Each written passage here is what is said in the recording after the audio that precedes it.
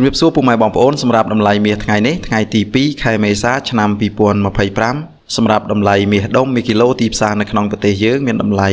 $380ក្នុង1ជីសម្រាប់តម្លៃមាសដុំ1គីឡូទីផ្សារអន្តរជាតិថ្ងៃនេះមានតម្លៃ$3119ក្នុង1អោន$10,302ក្នុង1គីឡូក្រាម$3,760ក្នុង1តម្លឹង$376ក្នុង1ជីបាទនេះគឺជាតម្លៃមាសនៅលើទីផ្សារអន្តរជាតិសម្រាប់ថ្ងៃទី2ខែមេសាឆ្នាំ2025បាទអរគុណច្រើនចំពោះការទស្សនាវីដេអូមួយនេះជួបគ្នានៅវីដេអូក្រោយបន្តទៀត